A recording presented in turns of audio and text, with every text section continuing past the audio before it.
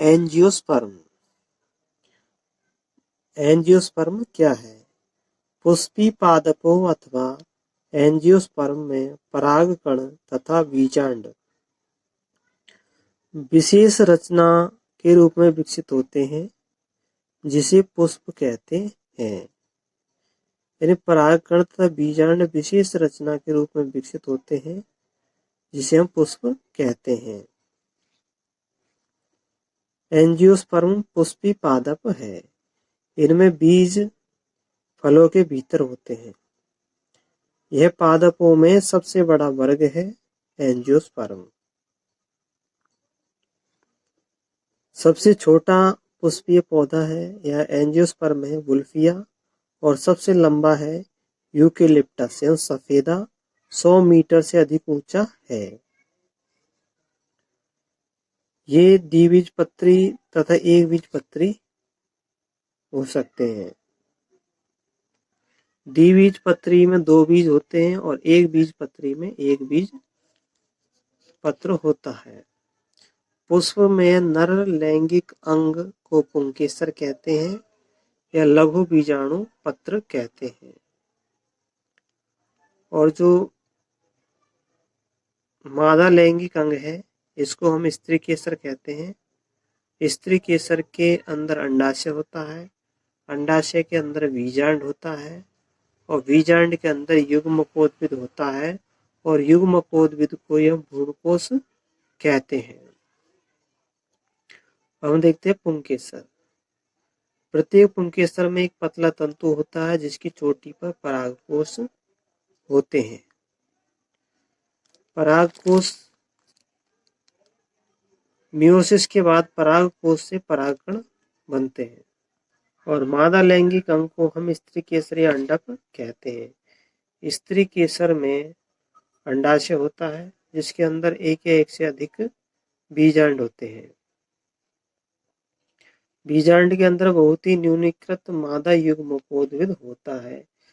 मादा युग्मकोद्भिद को हम भ्रूणकोश कहते हैं।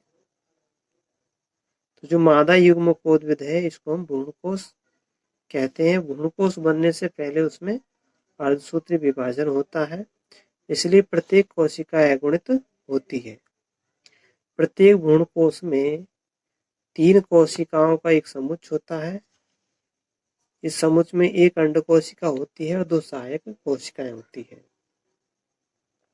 तथा 3 प्रतिव्यासांत कोशिकाएं होती है तथा 2 ध्रुवीय कोशिकाएं होती है। तो ये भ्रूण है, इसमें 3 प्रतिव्यासांत कोशिका है और ये बीच में 2 ध्रुवीय कोशिका है और ये है अंड कोशिका सहायक कोशिका। यानी 7 कोशिकीय 8 केंद्र की हो जाएगा। 2 ध्रुवीय कोशिकाएं आपस में जुड़ करके द्विगुणित द्वितीयक केंद्रक बनाती है। परागकण परागकोश से निकल करके हवा या फिर किसी अन्य साधन द्वारा स्त्री केसर के वर्तिकाग्र पर स्थानांतरित कर दिए जाते हैं और इस स्थानांतरण को ही परागण कहते हैं। यानी परागकोश से परागकणों का वर्तिकाग्र पर पहुंचना परागण कहलाता है और ये वर्तिकाग्र पर अंकुरित हो जाते हैं और पराग नलिका निकलती है, जो पराग नलिका वर्तिका के ऊतकों के बीच से होती हुई और अंडाशय से होती हुई भ्रूणकोश के अंदर चली जाती है और वहां जाकर फट जाती है। एक नर युग्मक अंडकोशिका से संगलित हो जाता है तथा दूसरा द्वितीयक केंद्रक से संलयित हो जाता है। द्विगुणित द्वितीयक केंद्रक से संलयित हो जाता है और अंड कोशिका से संलयित होकर के युग्मनज बनाता है और द्विगुणित द्वितीयक केंद्र से संगलित होकर के त्रिगुणित प्राथमिक भ्रूणकोश केंद्र का निर्माण करता है। क्योंकि इसमें 2 बार संलयन होता है इसलिए इसे द्विनिषेचन कहते हैं। एक बार अंड कोशिका से और दूसरा द्वितीयक केंद्रक द्विगुणित द्वितीयक केंद्रक से होता है और यह द्विनिषेचन एंजियोस्पर्म का अद्वितीय गुण है। और युग्मनज भ्रूण में विकसित हो जाता है, यानी युग्मनज से ही भ्रूण बनता है। और भ्रूण में एक अथवा दो बीज पत्र हो सकते हैं। प्राथमिक भ्रूणपोष केंद्रक भ्रूणपोष में विकसित हो जाता है। भ्रूणपोष यानी कि जो प्राथमिक भ्रूणपोष केंद्र के भ्रूणपोष में विकसित हो जाता है, जो भ्रूण को पोषण प्रदान करता है और भ्रूण का विकास जो होता है वो युग्मनज से होता है। और बीजांड से बीज बनता है, अंडाशय से फल बन जाता है, अंडाशय से फल बनता है और बीजांड से बीज बनता है। निषेचन के बाद में सहायक कोशिकाएं तथा प्रतिव्यासांत कोशिकाएं लुप्त हो जाती है। तो ये था हमारा एंजियोस्पर्म।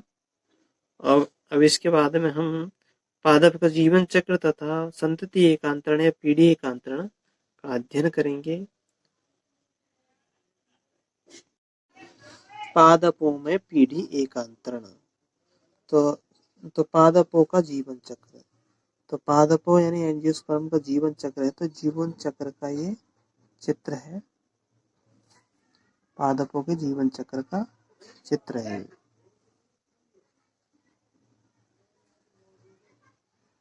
अब इस जीवन चक्र से पीढ़ी एकांतरण देखते हैं हम।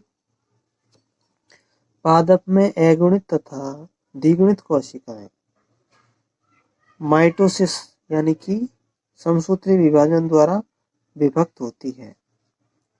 इसके कारण विभिन्न काय अगुणित तथा द्विगुणित बनते हैं। अगुणित पादप काय माइटोसिस द्वारा युग्मक बनाते हैं। इसमें पादप काय युग्मकोद्भिद होता है। निषेचन के बाद युग्मनज भी माइटोसिस द्वारा विभक्त होता है, समसूत्री विभाजन द्वारा विभक्त होता है, जिसके कारण द्विगुणित स्पोरोफाइट पादप काय बनता है। पादप काय में फिर मियोसिस द्वारा अगुणित बीजाणु बनते हैं। अगुणित बीजाणु माइटोसिस विभाजन द्वारा पुनः पादप काय को बनाते हैं। इस प्रकार किसी भी लैंगिक जनन करने वाले पौधों के जीवन चक्र में दो युग्मक के इसी प्रकार लैंगिक जनन करने वाले पौधों के जीवन चक्र के दौरान युग्मक और बीजाणु यानी युग्मकों जो अगुणित युग्मकोद्भिद बनाते हैं, अगुणित युग्मकोद्भिद बनाते हैं, और बीजाणु जो द्विगुणित स्पोरोफाइट बनाते हैं के बीच संतति या पीढ़ी एकांतरण होता है। इसी को पीढ़ी एकांतरण कहते हैं।